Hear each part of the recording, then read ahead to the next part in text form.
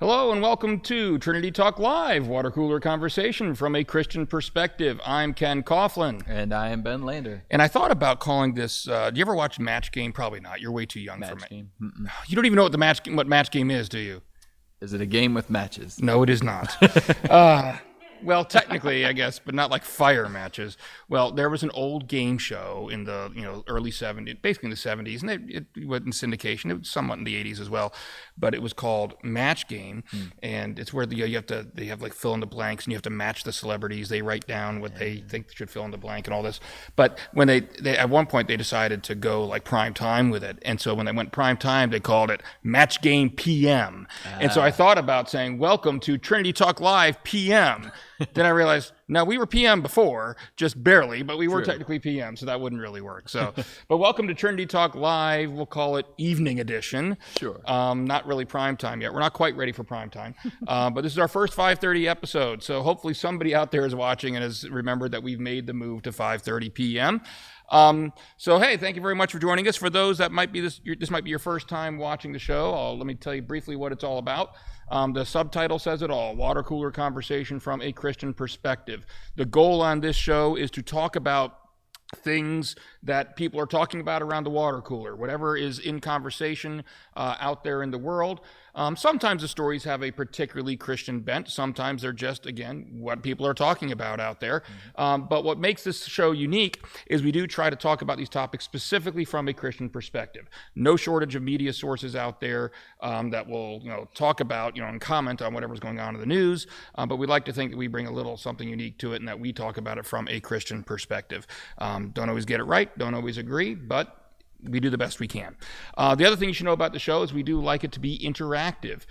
So we are live right now and will be for the foreseeable future on Wednesdays at 5:30 p.m. on the Trinity Joppa YouTube channel and the Trinity Joppa Facebook page. And we invite you, if you're watching us live, to participate in the program. And the way you do that is by commenting in the live chat on YouTube or in the comment on Facebook, on the Facebook feed. I have both right up here on my trusty little computer, so I will be able to see your comments, and if I miss them, my lovely wife producer back there will make sure I don't. She's got little signs she holds up to make sure I see them. And so as soon as we have the chance, I'm not saying we're going to interrupt the whole show just because somebody's posted a comment, but as soon as we can, we'll fit it in. We'll read your comment or question on the air, and we'll respond or answer a question or whatever it may be. So feel free to throw us some curveballs as we go along. Ben welcomes them. Sure. So you like what I did there? Get my my catching mitt. So we got some stories. We're going to try to not go as long this week as we did last week, so we're going to jump right into this. Yeah, it was like an hour and a half, and when you're not starting the show until 5:30, you don't want to go an hour and a half. So I'm going to go ahead and I will introduce our first story of the day. What do you say? Sure thing. So this is one that falls under the category of, arguably, Christian related, but definitely something that a lot of people have been talking about lately in the news, some accurately, some inaccurately. But the story is this: the Democratic National Convention, which just met recently, there were some stories going around, a lot of social media stories, tweets, including one by our president, or I'm not sure if that was a retweet, I can't remember, but basically the accusation was, the initial accusation, or that a lot of people understood, was that the Democratic National Convention omitted the entire convention, the main convention on the main floor, omitted the words "under God" when they said the Pledge of Allegiance. And of course, the response from a lot of people was, "Oh no, that's not true." I even saw one post myself from a Facebook friend of mine that posted the video from the pledge on one night of the national gathering, the convention, the main floor, where the show clearly showed they did say "under God." However, there's a however here. The story isn't entirely inaccurate. what happens is leading up to the main convention where everybody gathers on the main floor, there are a series of meetings, a series of caucuses from smaller groups. And there were two of these meetings, specifically the DNC's Muslim Delegates and Allies Assembly and also the LGBT caucus meeting. And at both of these meetings, the Pledge of Allegiance is said to start the meeting. And at both of these meetings, when the pledge was said, the words "under God" were omitted from those caucus meetings at the Democratic National Convention. So that's the accurate story. We want to be accurate. It was not, and we'll openly concede, it was not the main floor of the convention. There, "under God" was in fact said, but at these two caucus meetings, the words "under God" were omitted from the pledge. A lot of people upset about that. What say you?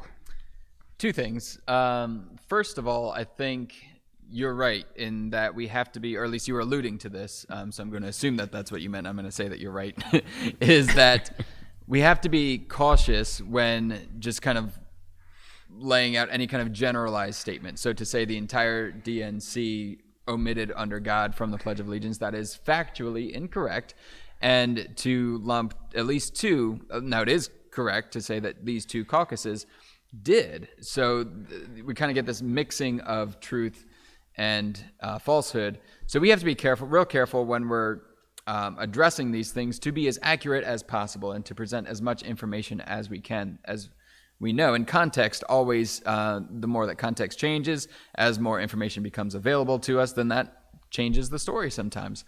So, but understanding, though, that it was not the entire DNC, but it was just these two particular caucuses, and that they do not necessarily represent the entire Democratic Party, that needs to be said outright.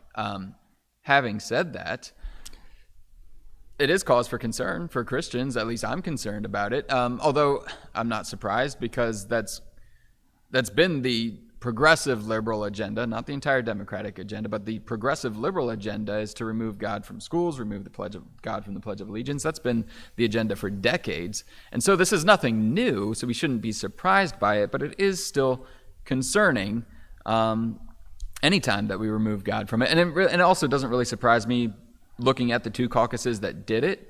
One was a Muslim group, and the other was an LGBT caucus. And understanding their particular platforms, at least the LGBT's platform, and then the Muslim, not necessarily, it's still a platform, I guess, but their religion behind that they wouldn't necessarily, when they understand God, they might have a different meaning to that, and so might want to omit it altogether. Well, and that one actually did surprise me a little bit, because, I mean, for those that don't know, they always hear, well, the Muslim God is Allah. Mm-hmm. Well, Allah is just the word for God. I mean, literally, it translates to God.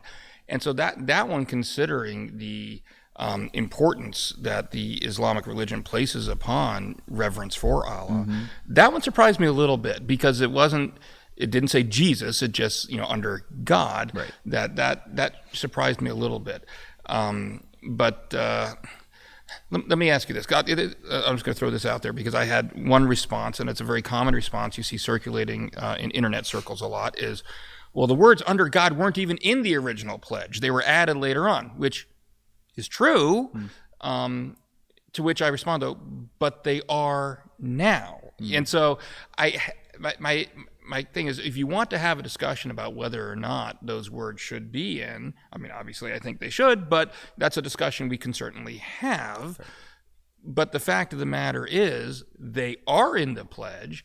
And so if you're going to open up your meetings with the Pledge of Allegiance, then the way I look at it is, if you don't want to say the full pledge, then just don't say the pledge. Right. But if you're going to say the pledge, I guess I have an issue with anybody, I don't care what your political persuasion is, thinking they have the right to change it, unilaterally. Yeah, absolutely. And you can't tell me that by omitting it, they either weren't aware, because at least with the LGBT one, she paused. I think it's she, I'm sorry. Right. Paused and purposefully left a gap of silence, understanding that's where it should go. With AJ Durrani, when he did it, it was kind of just rolled right into it. But still, he knew what he was omitting. that being said, yeah, by omitting it at all, that's making a statement, and so that it was intentional.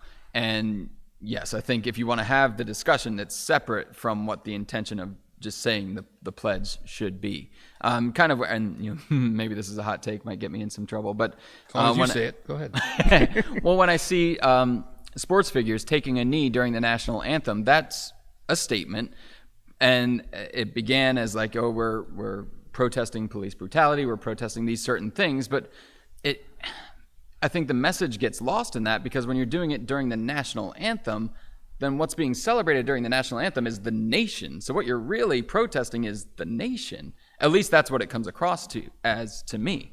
And so I think if people want to have those discussions, then have them, but maybe pick the right forum to do so. Yeah, my attitude on things like that has always been, especially you mentioned the kneeling, and is I will defend people's right to do it. I mean, it's a form of expression. I think you should. I just don't think it's wise to do it in that form. And it gets kind of back to what you were saying as far as, choose your forum, because with that particular form of the protest, it's like I may who knows, maybe I completely agree with what it is you're trying to protest, but the fact of the matter is you're doing it in such a way that your message is getting lost, and it's sending a different message, a completely different message that you don't intend to send to someone else. And it always bothered me when people would respond to that just by saying, well, but that's not the message not that's the message I tend to understand, or I tend to be sending. You need to look at things from my perspective. And, we've had conversations similar to this in the past. It's like my response is, well, wait a minute. Why is it always someone else's responsibility to look at things from your perspective and never your responsibility to look at something from someone else's perspective? And as Christians, I think we are called to try to see things from someone else's perspective and to be empathetic towards them. And so that's why I say with stuff like that, it's like I will defend your right to do it. I just don't think that kneeling that is a wise way to express that, because you lose your message. It's just not going to be effective in my mind. Now, I think that's changing culturally now. I think you're starting to see the culture shift more towards more people being in favor of that kneeling. But again, that's a side issue. That's not really what we're talking about here specifically. We're talking about maybe I was taking us down a rabbit hole with that. But yes, you did. But that's okay. Well, I mean, it kind of ties into like just getting the message lost in the translation. And I think something that we need to remember too is everybody has a perception, and what your perception is, that's your reality. So it's not fair to say, well, that's not the message intended, because there are two sides to every message. There's what's spoken, or there's what's communicated, and then there's what's received or what's heard. And if that's where a breakdown of communication happens, is in that exchange. If something is spoken but in a way that is jarring, then the exact intent is not going to come across. And I want to be fair. I mean, there are some times when you do something, you could use the word jarring, and it's intended to be that way. Sure. Like sometimes, I hate to use shock value, but you get the point. You do something very abrupt because it gets people's attention. That's different, though, than getting something that is sending a completely different message from what you intend. Right. And so there's two different things. And so that's, now in this case, I don't think this is somebody sending a message they don't intend. I think this is the intended message, is that they don't think we're a nation under God, or they don't think that our nation should be under God, or that we should be pledging to allegiance under God. And while I wholeheartedly believe there's no compulsion in the Christian religion, I'm never going to force someone to profess a belief that they don't want to profess. I just keep coming back to, though, that there is a solution here, and that is, and there's other possibility. This might not have been, for all we know, the decision of that entire caucus. These may have been decisions of those individual people. But then I get back to, if it was the decision of an individual person, and you're not comfortable saying the entire pledge, then when you're asked to say the pledge, then you respectfully say, you know what, I'm not comfortable with this, so I don't think I'm the right person to do it. Yeah, that objection should be made known from the outset.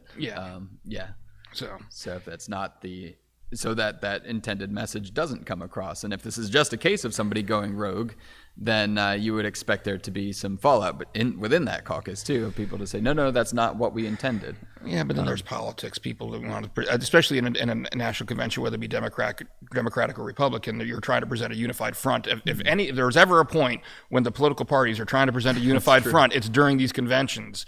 And so I don't think you're going to see that fallout, even if there was objections. Well, so then to your point there, if there's ever a time when a political party is trying to present a unified front, I see where you're going now. You've got on one hand, the opening of the DNC has the Pledge of Allegiance, the full Pledge of Allegiance, and then you've got these two outlying caucuses that do not. So right there, doesn't that promote disunity? And I think, and I'm just playing politician now in my head, I suspect that these folks may have gotten some of the powers that be within the Democratic Party may have had a talking to with some of these folks, just because Biden is actively right now trying to woo the evangelical vote, and we've seen some efforts on his part to do that, and that really just kind of got launched relatively recently.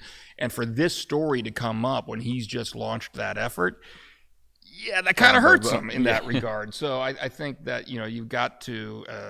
If you're a political party and you want to present a unified front, you got to make sure you're presenting a unified front. Right. So anyway, all right, enough on that story. Sure. Before we get ourselves in trouble. I think we already did, maybe. I don't know. So, well, let's see if we can get ourselves in trouble in this next story, shall we? So this next story is the story itself kind of goes back for a while, but there's a recent development in it.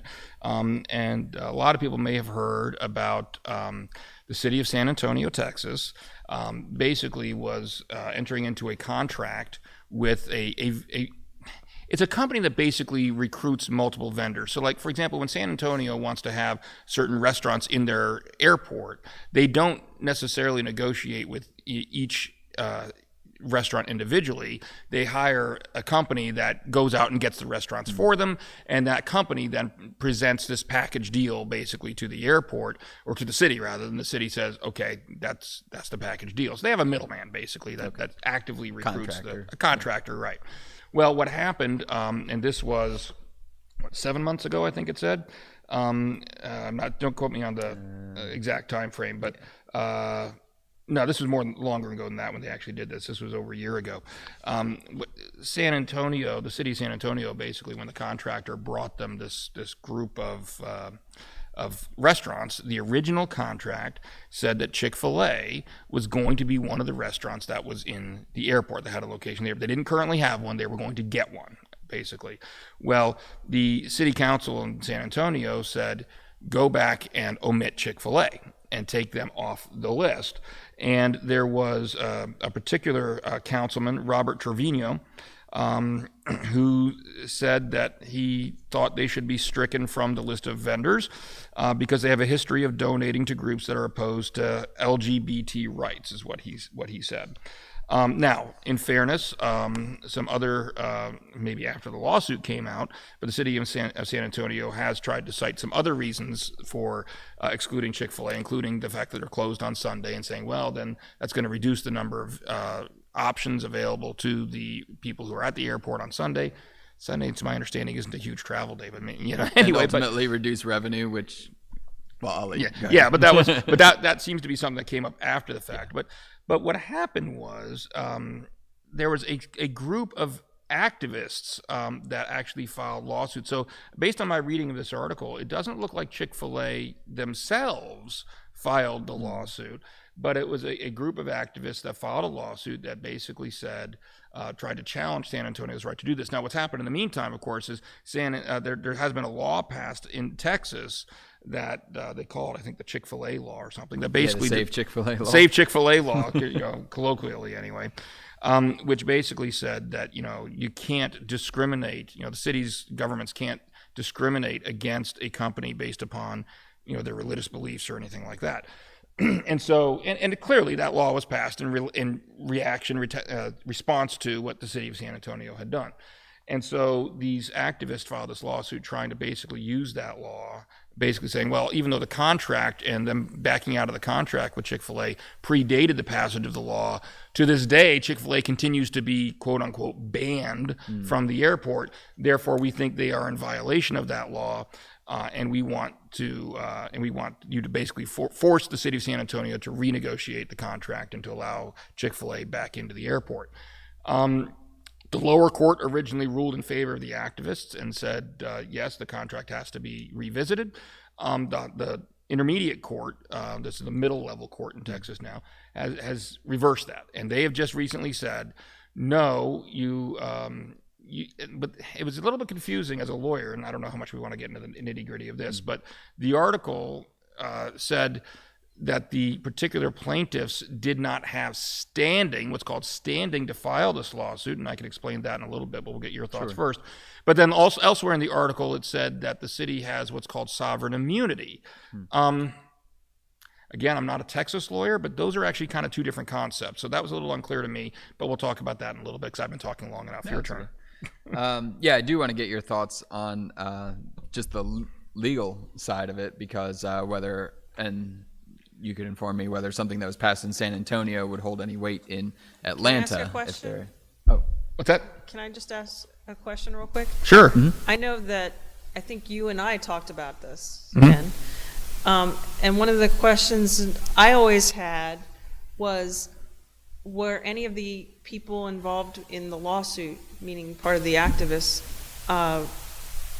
planning on actually owning that franchise? Because Chick-fil-A wouldn't, the company probably wouldn't sue, but maybe somebody who had a contract for that franchise. The impression from reading the article is I don't think so, because Chick-fil-A is a franchise, and there was a particular franchise owner who was negotiated with in the original contract. And let's just say at least the article wasn't clear whether that franchise owner was part of the action. The fact that the ruling was based upon standing, which I'll explain in a minute, leads me to believe that that franchise owner was not part of the lawsuit. But anyway, sorry, go ahead. Yeah, so just my initial reaction was, A, whether or not something that was passed in San Antonio would hold any weight in Atlanta. And I do understand, so it's been rejected at the intermediate level, but they said they've planned on taking it to the Supreme Court. Texas Supreme Court for an appeal. And just my initial reaction to that is it just seems fishy to me that they would cite one thing as and it's unclear like the timing of all of this, but in one case they cited the reasoning for banning Chick-fil-A as being they were closed on Sunday, or no, that was the second reason. The first reason was that they donated to anti-LGBT groups. In fairness, the first reason cited by one particular councilman. I mean, I mean, to be fair, that wasn't. Sure. We don't know if that was the reasoning of the entire city council. I'm betting it probably was, but we don't know. Okay, so even if it was just that one particular councilman, at least he got that. He's a councilman, so he must have had that idea there from other people that was the reasoning. But then to come back and then say that, well, no, really, it's about revenue, and I'm not entirely sold on the argument that it's about revenue, because A, you're right that Sunday's not particular. Well, nobody's really traveling much these days anyway, but Sunday's not really a big travel day regardless, and B, there would have to be enough options there that I don't think the airport's going to be hurting for Monday by having one restaurant closed. Chick-fil-A is also one of the largest fast food chains in the country. And they make up for that revenue the other 6 days of the week. And so that doesn't fly to it. Jeanette Harrington, I'm sorry, Jeanette, I missed this. It looks like 6 minutes ago, posted on Facebook, very upsetting hearing under God being left out of the pledge. Yeah, and I agree. We talked about that just, if it's you want to have a conversation about whether it should be, we may disagree, but we can have that conversation. Yeah. But if it is in there and you're asked to say it, no one should, I don't think, should get to just unilaterally change what is an established thing in that regard. So here's why I said, in answer to your question, Mary Kay, why I don't think the franchise owner was part of the lawsuit, and why these two responses seem to me at least to be a little bit contradictory. The easiest way to explain standing would be this. Let's say that I walk up to you on the street, Ben, and I punch you, okay? But you decide, because you love me so much, that you aren't going to sue me. And turn then the other cheek. Yeah, turn the other cheek. There you go. Mary Kay, however, decides, you know what? I'm going to sue Ken. We're not married in this scenario. I'm going to sue Ken because he punched Ben. Well, she wasn't the party that was hurt. So she doesn't have what's called standing to sue me for assaulting you. Gotcha. All right. So you have to basically have some connection to the case. You have to be the party that was harmed in some way, shape, or form. And so when I first read this, I thought when it said, the lawsuit said that the decision said that they didn't have standing, I assumed, because more information wasn't given, that that's what it was about. That they're saying you're just a bunch of activists, and okay, maybe you're going to come in and say, well, if there was a Chick-fil-A there, we'd eat there, but that's probably not enough to give you standing to object to the city not contracting with this particular franchise owner. The franchise owner themselves would have to be the one to sue for that. So that's the first thing that occurred to me. But then they say later on that they said that they had sovereign immunity. Sovereign immunity is it's a doctrine that goes back to English common law, and in its universal form, its old-fashioned form, it would basically say you can't sue the sovereign, you can't sue the state. All right.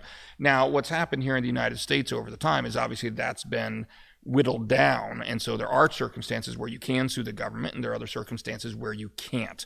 And again, I can't speak to what sovereign immunity is in Texas. I can only speak to it in the states that I'm licensed in.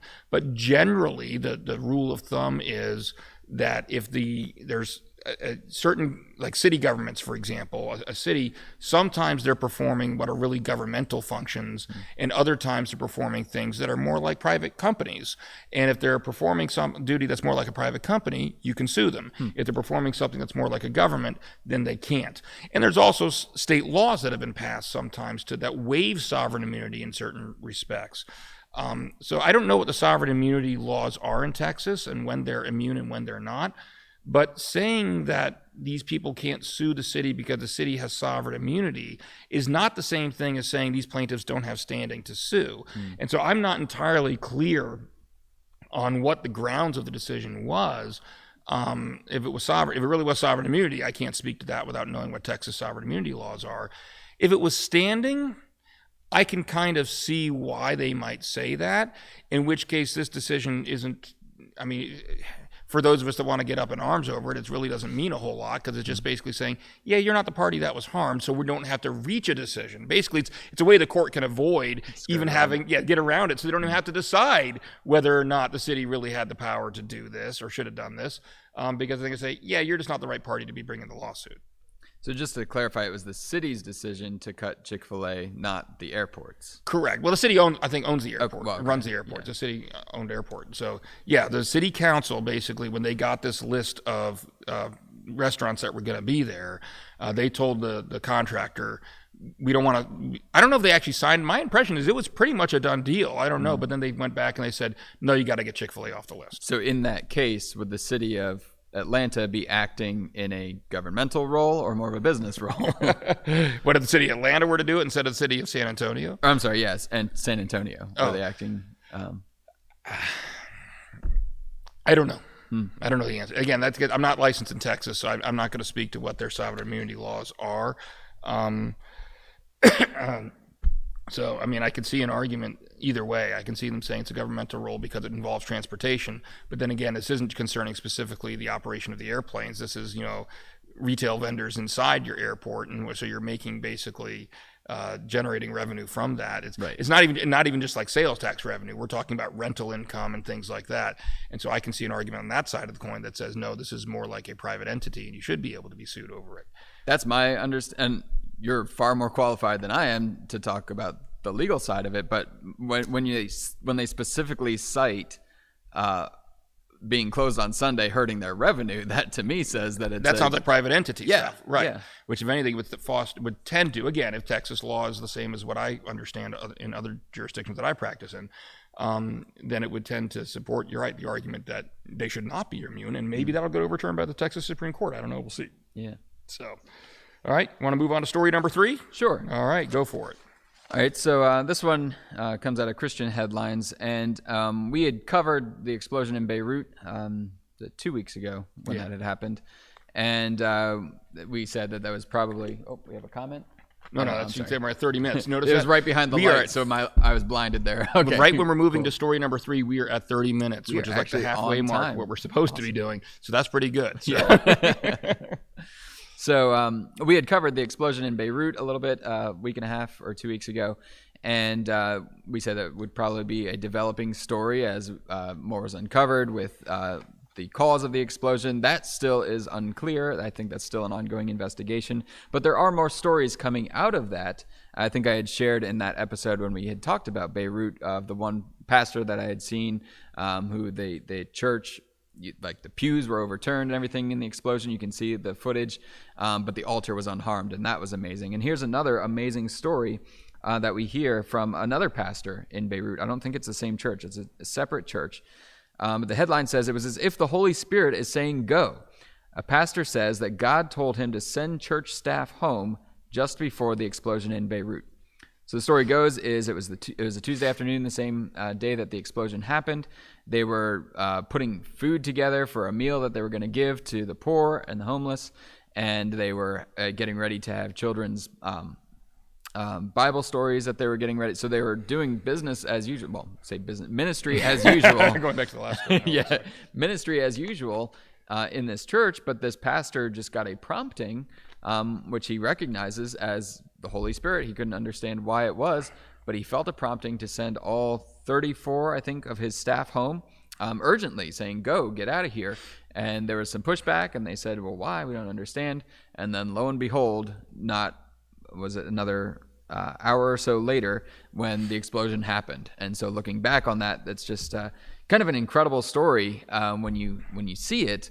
But then again, should we be surprised when the Holy Spirit speaks to us? And how do we recognize that? Yeah, I mean, I think there's two ways to look at this. Number one is what you just talked about is, it says something about even us as Christians that, when we're surprised by things like this happening. I mean, God is still active in the world. We don't believe in a God who just created the world and backed off. We believe in a God who's ever present, who's still here with us, and the Holy Spirit is still active in the world. And I know before we went on the air, you confessed to my wife, because she always likes us to have uplifting stories in here. You confessed that you chose this story because it was an uplifting story. So let me do what I can to get her to mad at me on the ride home and bring it down a little bit and ask you this question. Because here's what I thought about while I was reading this story. And maybe I don't know what it says about me. I wasn't surprised that the Holy Spirit would act in this way. We've seen things like that before. I looked at it, of course, as an apologist from an apologetic standpoint, and the question that rolls around in my mind is, okay, what am I going to say to someone who reads something like this and says, why did God choose to save those people and not others? And if you want to say it's because they were Christians, I know my wife's sticking her tongue out at me now because I brought down the uplifting story. But it's a big question that gets asked out there. And I mean, I don't know. And my answer is he's the only one who listened. Maybe, but that's, is it just because they were Christians and nobody else was? Maybe there were. How do we know? Maybe there were other Christians in the people that were killed, or is it because you start walking this dangerous ground of it's God like the Christian people and want to choose them to live more than others? Well, let's face it, throughout history, some very tragic things have happened to Christians even. So. How do you answer that question when somebody looks at this and says, why did he save these people and not others? Well, without giving too much away, because I was going to maybe go into this kind of territory with the next story. Not with this particular, it's a little bit different, but kind of the same premise of the problem of evil and suffering in the world. And so the first thing we have to understand is we cannot presume upon God. We cannot presume our wisdom above his. Scripture tells us that his thoughts are not our thoughts. His ways are not our ways. His thoughts are so much higher than ours. So we cannot presume to know or to think that we know better than God.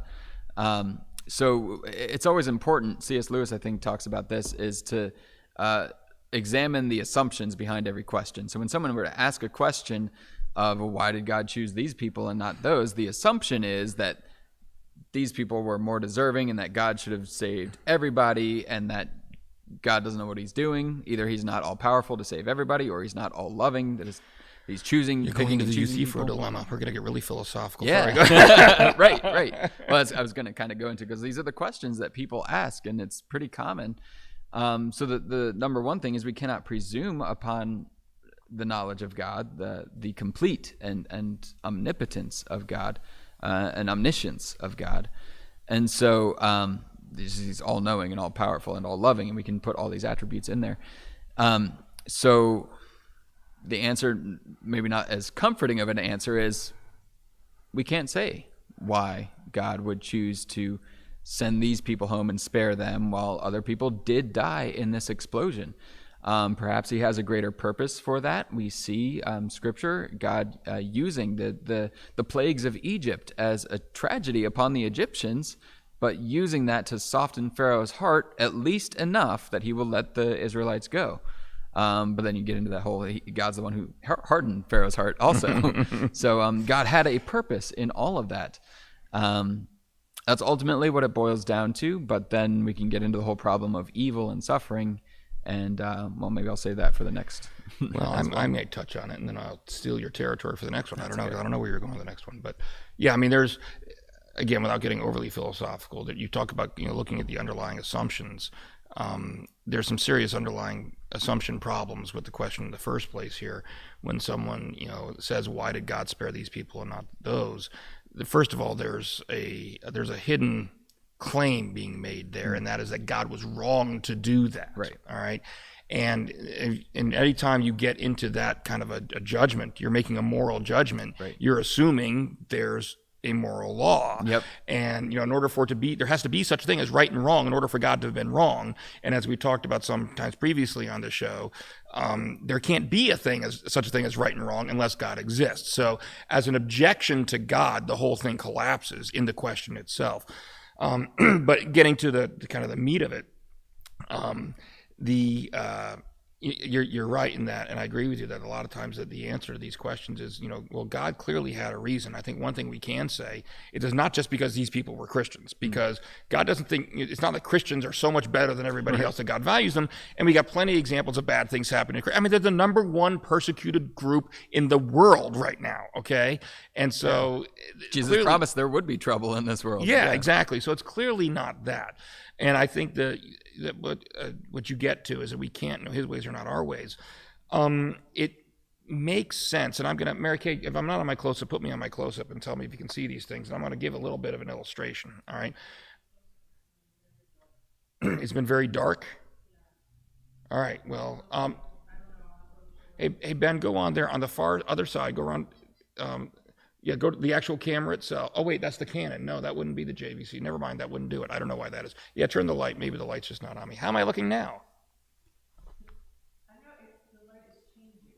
The light is changing? Oh, I think that's these overhead lights, actually. We had that problem when we were shooting the other day, too. But anyway, so here, I want to give you an example here. Let's pretend this water bottle is full. It's not by this point in the show. It never is. And let's say that I have two containers here. I have a water bottle, and I have this little cap, all right? Now, this cap represents us, humanity, and the amount of knowledge we're capable of understanding or fitting into our brain, all right? And this is an imperfect analogy because if this were really God, this would be an infinite-sized bottle, okay? But follow me for a second. Let's pretend that this bottle represents everything that God understands and knows, all right? What would happen, and I'm not going to do this because I got a computer right here, what would happen if I tried to pour the contents of this bottle into this cap? Would the cap be able to fit everything that's in this bottle? No, of course not, right? And that's the little ounce of humility we need to understand when we're talking about God, is that the moment you think you are capable of understanding everything about God is the moment you know you have the wrong conception of God, because you shouldn't be able to. Just like that, we shouldn't expect that cap to be able to fit all the water that's in the bottle. We shouldn't be able to understand everything that God does. He gives us enough to have faith, keyword, but we shouldn't expect to. And so, yeah, there's going to be times when things like this happen, and we can't understand why. If God were, I think I'll have to go back and figure out who said this to attribute this quote to, but if God were small enough to be completely understood, he would not be big enough to be worshipped. Yeah. And so, exactly what you're saying, the moment we presume to know everything there is to know about God is a pretty good indicator that we're not in alignment with him. We don't have a proper view of him. And so our faith needs to grow. And maybe something like this serves to grow that faith, to give us a sense of awe and respect for for his omnipotence, for his power, for his awesomeness.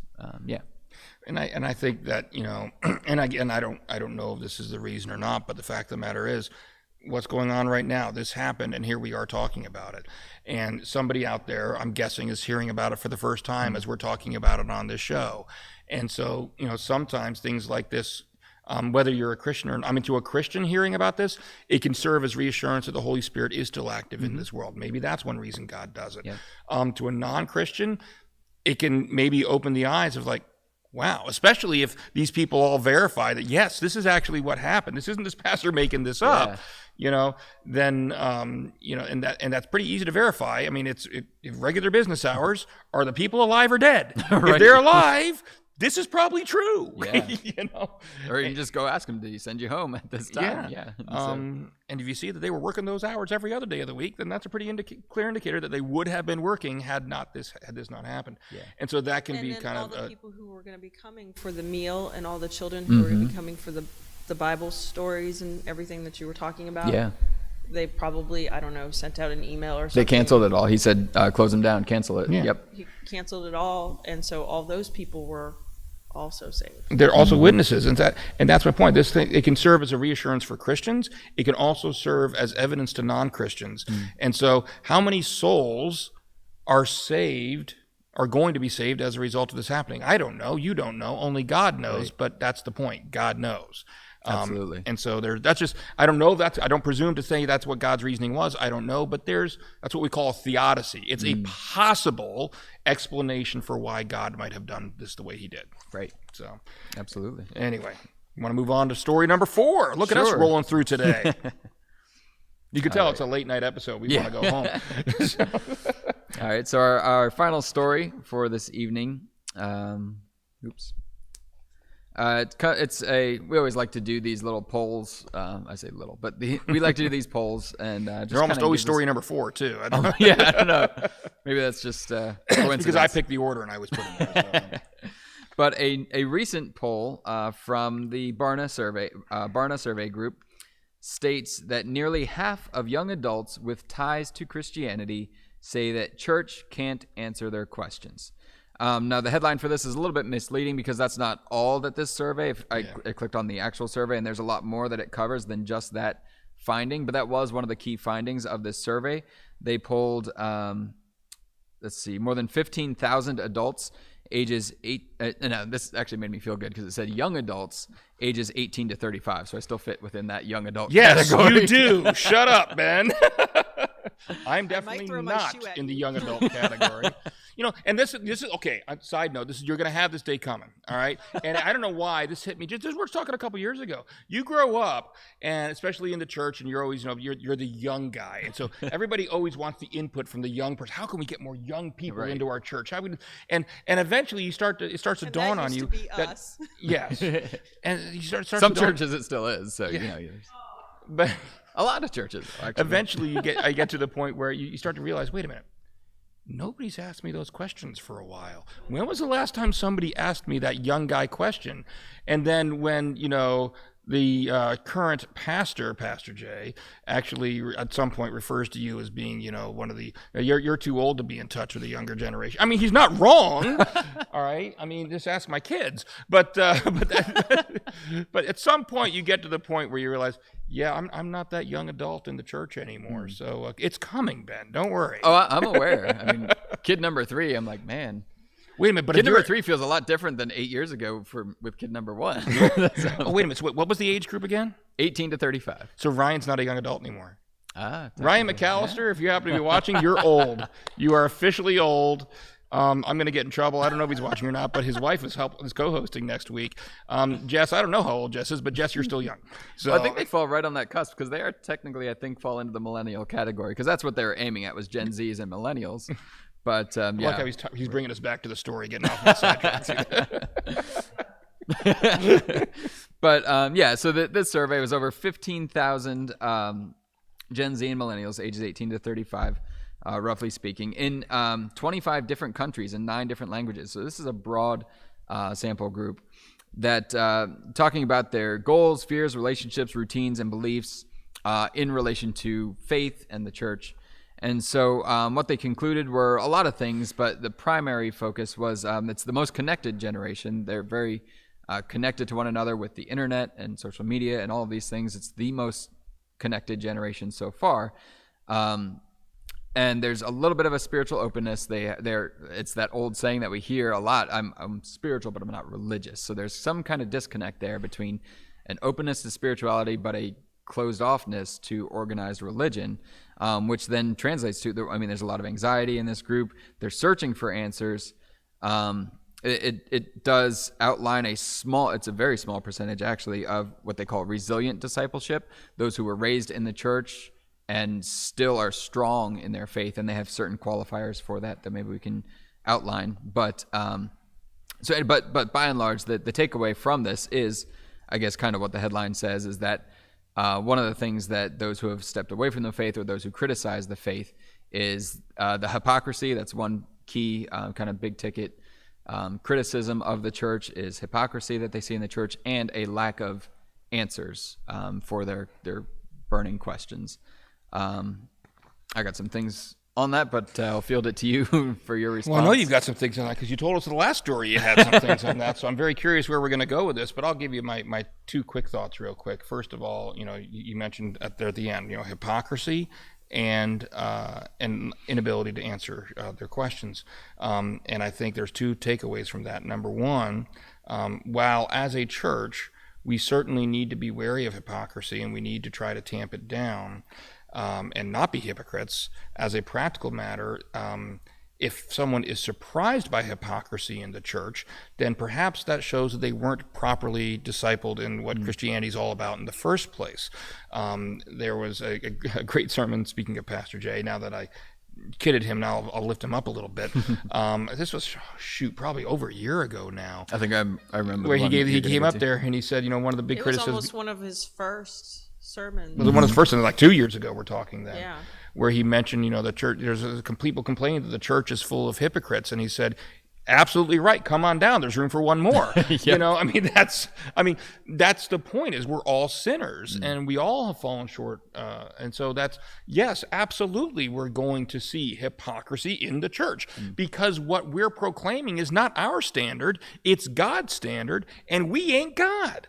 And so as long as we're at least being obedient in that and proclaiming God's standard, then you're going to see us proclaiming something that we don't always live out perfectly. Now, that doesn't mean we shouldn't be striving to live up to that. Of course we should.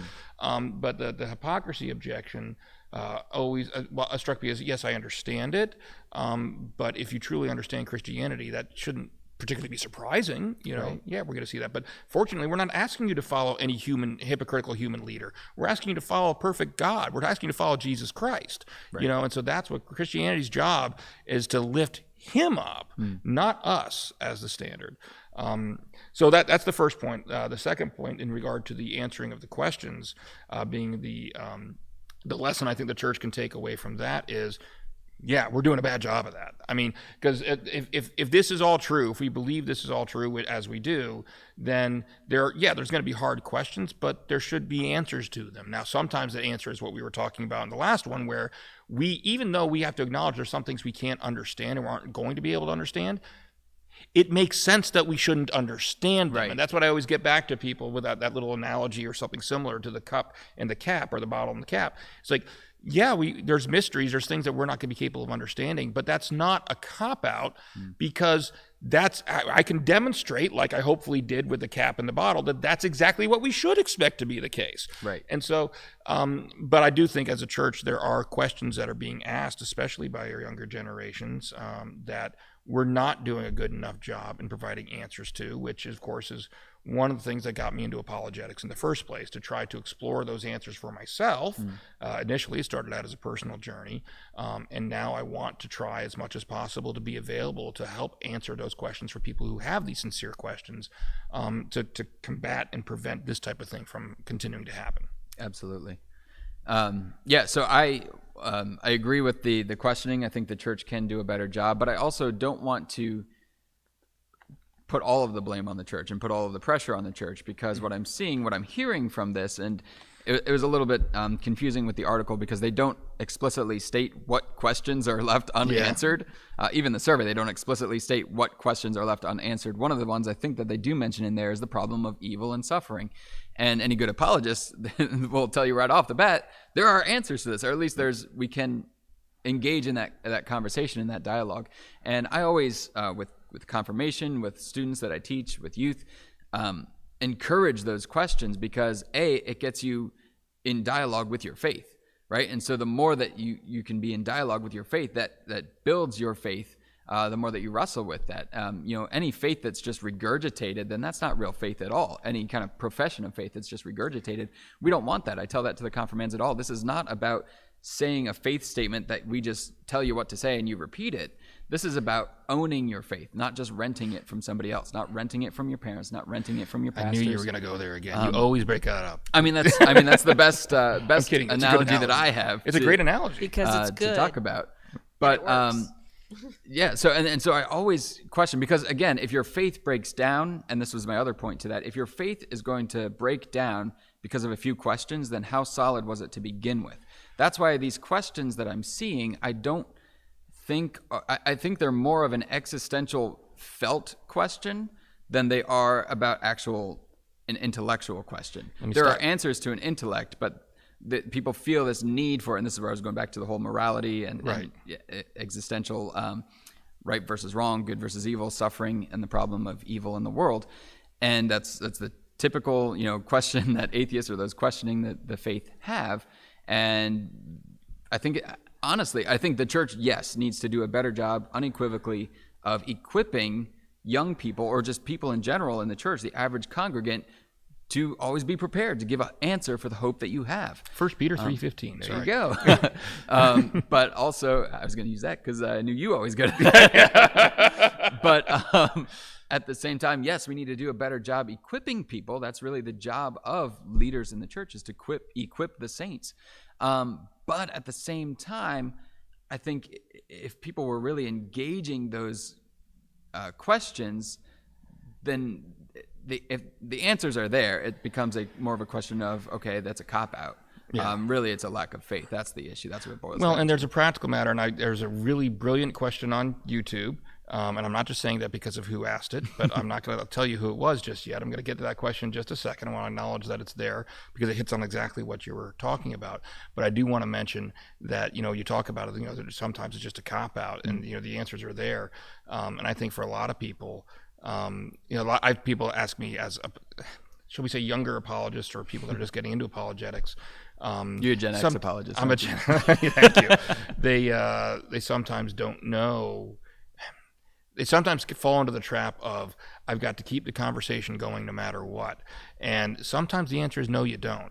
And that's why I love Greg Kokel's approach of just wanting to put a pebble in someone's shoe, because sometimes it's really not a lack of understanding the answer. It's a lack of accepting of the answer, which leads into this brilliant question that was asked by one Katie Lander. It says, is it, and I'm not being patronizing. This question, I think, hits on the heart of it. Is it a lack of answers, or just not the answers that they want to hear? Or did they not even ask the question?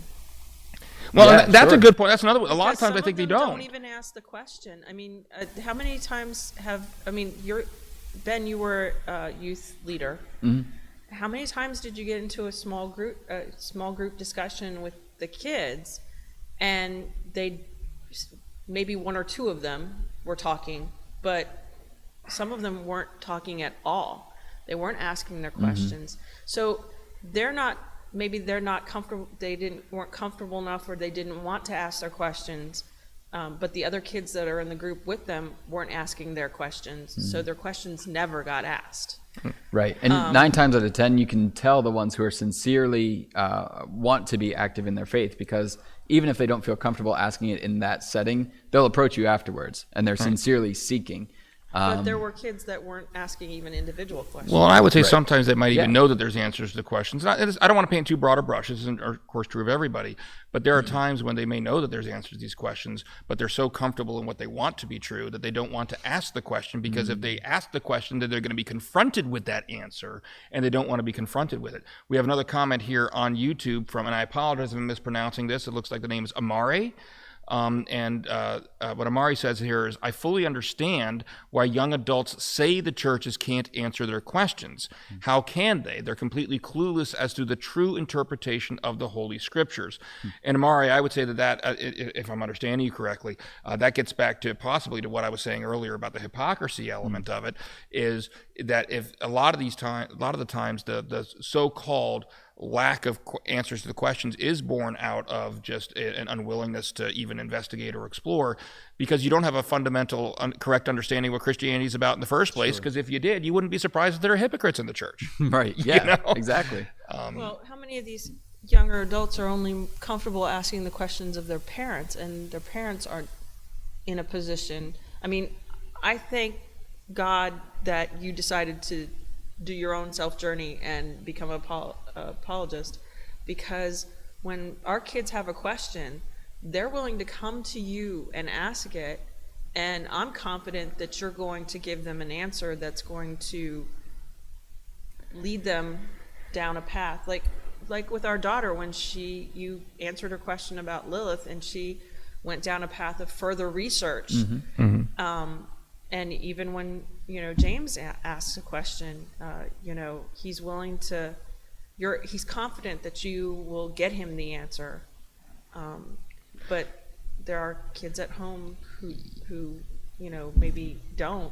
Yeah, let me touch. I'm sorry. Go ahead. And to be honest, I'm not sure I could give them the best answer either. But Yeah, and I do want to touch on that as kind of another lesson that the church can take away from this is, parents, if you think that just because you raise your kids in the church that they're not going to have these questions and are not secretly wondering about them, even if they're not asking you, you're wrong. I mean, I'm no pastor, obviously, but the church has been part of our lives since our kids were born, for their entire lives. And don't get me wrong, my kids weren't asking questions in the form of objections, but they were asking questions they were wondering about. I've had our daughter has asked me, you're right, about the whole Lilith thing. Our son has asked me questions about, isn't Christianity incompatible with science? And these are things that they're hearing out there in the world. And so understand that, if you bring your kids to Sunday school for an hour a week, maybe if your church has Sunday school separate from church, they're going to the worship service with you. Maybe even they're going to youth group, and so we'll give them another hour in there. Congratulations, your kids are at church 3 hours a week. Isn't that wonderful? How's that compared to the amount of time they're out in the world outside of church?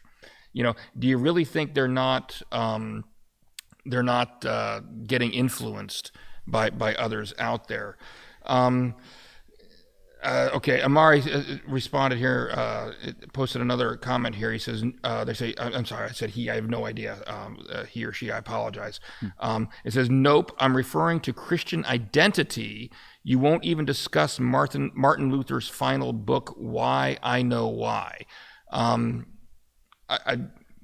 not sure what Please elaborate. If there's a way of elaborating, I'm not sure what you're getting at there.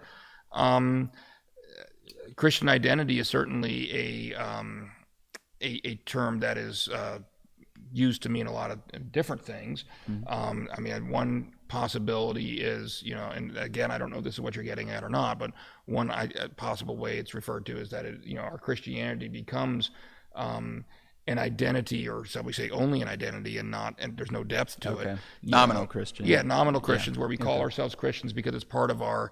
I sometimes like to call cultural Christians, Christians that are there. They call themselves Christian because that their family was Christian, or their friends are Christian, or something like that. But they don't have any depth of understanding at all. So again, I don't know if that's what you're referring to or not, but certainly. I would agree that's a problem out there if that's what it is. So sure, yeah, and with anything we're talking about Christian identity, our identity should be in Jesus Christ. That is who we proclaim. That is who we place our identity in. So if it's anything outside of that, then yeah, we would not we would not expect anybody to remain a resilient disciple, as this survey calls it. If they're putting their identity in just a cultural view of Christ, then that's not going to hold up to the questions, and to it's not going to be resilient. And actually, touching on your point, Ken, where you said just because your child has grown up in the church, don't expect that means that they will hold on to the faith, or they'll remain a Christian. Actually, according to this study, only 14% of those surveyed, so 18 to 35-year-olds, only 14% show the marks of what they call resilient discipleships. And there's certain categories or certain qualifiers. So somebody who is a resilient disciple, they identify as Christian. So actually, there's the identity thing right there. Right. They have to self-identify as Christian. That's, I guess, at least proclaiming it. Attend a local church regularly, engage with their faith community above and beyond worship services, trust firmly in the authority of the Bible, are committed to Jesus personally and affirm his death and resurrection, and express a desire for their faith to impact their words and actions. So that's what they describe as a resilient disciple, somebody who not only, and that's what I would then describe as somebody who's owned their faith, somebody who has grown up in the church and now has taken ownership of that faith. And exhibits these qualities. It's growing in Christ-likeness. It's having an active prayer life and faith walk with the Lord. And so, according to this survey, we only see 14% of those who are raised in the church in this age group actually exhibiting those qualities. Now, I'm gonna and Amari has commented again. And I might be a little firm here, and I apologize, but the latest comment is, do you even know the name of Martin Luther's last book? Amari, I'm not going to play that game. I mean, we're not going to play that game, all right? If you have a question, no, I don't know the exact order of every single thing that he's ever written, okay? I also am going to challenge you a little bit here, because earlier you said that you know why we're not discussing it. Well, if you don't even know if we've read or even know what book it is you're talking about, you can't know why we're not discussing it, okay? And so you're clearly... Should talk about the book title and identity? Give us we're more than happy to discuss it. If there's a specific question, you want to give us the title, I can look it up here. We've got the internet, that's fine. But we're not gonna play a game where you're just kind of throwing questions at us. It almost seems kind of attack mode. Sure. That's not the role of the show. So more than happy, if you have a sincere question, if you want to explain to us what your thinking is, ask it. Happy to address it. Not a problem. But we're not gonna engage in this kind of thing. So. Sure thing. All right. So. Anyway, so I don't know what I apologize. No, it's okay. We do have another comment here on Facebook from Justin Sauer. Says, I wanted to thank Trinity Lutheran Christian Church for addressing my lack of faith and helping me accept who I am in Christ. Too many churches today are afraid to rebuke someone so they can find their identity. That's a really good point, I think, and thank you, Justin, for any role this church played in that. We're honored that God, it's all God, it's all the Holy Spirit. But for whatever role we were allowed to portray in that, and I don't mean we, I don't know, maybe we the church, you know, we're honored to have been able to provide that. But I think Justin raises an interesting point here. Too many churches today are afraid to rebuke someone so they can find their identity. You're more the theologian than I am. You're the theologian, I'm the apologist. So we're going to call that the next episode. You're not going to be on the next episode. But seriously, the role of rebuking within the gospel and with the Christian church, what role does rebuking play? So now we're getting into ecclesiology, what role the church has, in terms of. But even in salvation, I guess my question is, what role does if you want to say even pointing out someone's sinfulness or whatever, play in it? Yeah, absolutely. Well, we talk all the time, and here we go. We're talking about Lutheran theology, right? So we, as Lutherans, proclaim law and gospel, right? We preach law and gospel, wherein the law is, when you think of the law, the standard is the Ten Commandments that is given to us to reveal our sinfulness, our need for a Savior. So the law's responsibility, the law's role is to point out that sin in our lives. So you could call it a rebuke, right? Because it is. It's an admission of sin, because you can't get to the other side of the cross without going through the pain of the cross. There has to be a reason that Christ died for us. When somebody says, well, Jesus died to save us, you have to ask, save us from what? Right? Yeah. And so that's the gospel, right? It's not just that God so loved the world. That's it. We all go to heaven. No, there's something wrong. And that even goes back to that existential felt urgency that there's something wrong with the world. There's evil, there's suffering, there's pain, and pain is in some ways a good thing because it reveals to us that something's not right. I think it was Ravi Zacharias, he was talking about this whole dilemma, and he brings up this woman that he knows who has a medical condition where she cannot feel pain. And that sounds good on the surface, right? We think God's primary responsibility is to make us happy, or God's primary role is to make us happy, but that's not the case. Pain, it's useful because this woman, if she's not able to feel pain, she can have her hand on a hot burner and her flesh could literally be seared off of her bones, and she wouldn't know until she started smelling burnt flesh. So that could be very problematic. So pain has its own role. And I'm kind of going off on a tangent here, but the role of evil and suffering and law, when we are confronted with our sinfulness, that's not usually a pleasant experience. It's painful to be humbled and to say, yeah, I'm a hypocrite. I messed up. I fall short of the glory of God. And it's that in that pain, in that realization that I need a savior. I cannot save myself. I cannot be good enough. I cannot fill that bottle with my little cap. And so that is the moment that we have to bring people to. That's the role of rebuke in the gospel sense of it. Then, of course, ecclesiology, the church's rebuke too. But it also serves that same purpose of bringing people to the foot of the cross, to realize our sin and not to be complacent with sin. Christians get a lot of flack these days for calling sin a sin because it's entitled hate speech, right? If you say something's wrong, if you say that goes against the Bible, and even though it's culturally widely accepted, and you call it out as sin, then you're a bigot and that's hatred. Well, I've got news for you. You cannot escape this life without hating something. Either you hate sin or you hate God, right? So God, in his holiness, cannot tolerate sin. That's why there had to be a punishment for the sin of the world. That's why he sent his son, not just because he so loved the world, but he gave his only son. All right, he gave his son over, and it pleased him to bruise, to wound him because of our iniquity. And because of that substitutional atonement, he substituted his righteousness and imparted his righteousness onto us when we have faith in him, that we can now have a right standing before God because the debt has been paid.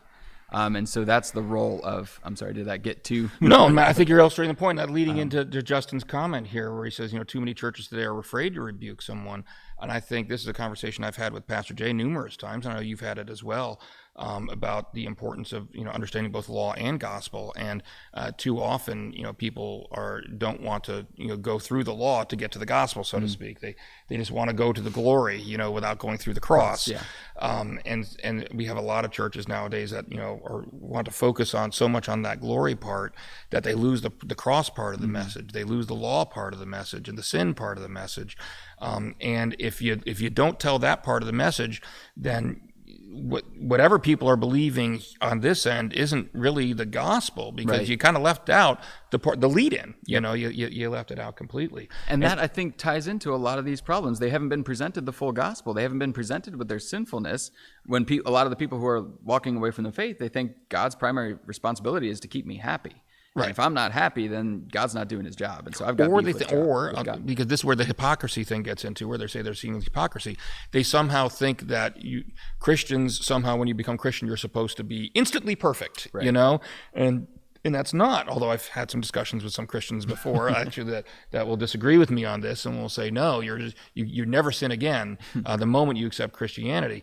And I said, really, I didn't know that you accepting Christianity or you accepting Jesus made you Jesus. Then, but in any case, and I will say very quickly here, Amari made another comment. Said totally predictable. Yeshua said in the book of Revelation, there will only a remnant remaining when he returns. okay, Amar, you still haven't made your claim. I'd be more than happy to respond to whatever claim you want to make. Sure. But you know, and it's just one of the rules of polite engagement, I guess. Sure. It's like, if you're going to make a claim, then make a claim and we can talk about it. But you know, it seems to me you're kind of asking us to guess what your claim is, and that's just not something we're going to do. So, but I appreciate you watching. Thank you very much. And if you do at some point want to let us know what your claim is, we'll be happy to respond to it. That being said, we've been on for over an hour right now, so I am going to cut us off here at this point so we don't end up getting that hour and a half range that we had last week. So I do want to thank everybody that was watching us here today. Our premiere on Wednesday nights. Thank you very much for joining us. Hopefully this is more convenient for a lot of more of you. Obviously, it's a necessity for us. With the school year starting, we weren't going to be able to keep doing these anymore on Mondays at noon, so we do have to do it afterwards. But again, hopefully this allows more people from whatever your wherever your life is like right now to be able to watch the show more. Justin just gave us another comment here. It says, yes, I was dead to my sins and needed to realize I had to slowly take up my cross daily to grow spiritually, and I really am grateful. Thank you. Justin, for the comments. I mean, that's all God's work. That's all the Holy Spirit acting there. And that's great, because that's kind of the realization of what the gospel truly is. Yeah.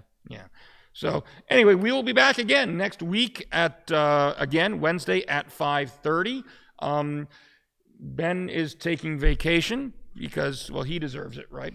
And because I have the audacity to. Yeah, the audacity to take vacation. No, it's allowed. Yeah. And Jessica McAllister is going to be occupying that chair. And it's going to be very interesting. I think a lot of people, even those folks here at Trinity, know Jess as the kids message person, right? She's the youth, you know, she runs the youth choir, and she's helping out and taking over now with our younger children's ministry here for the young ones.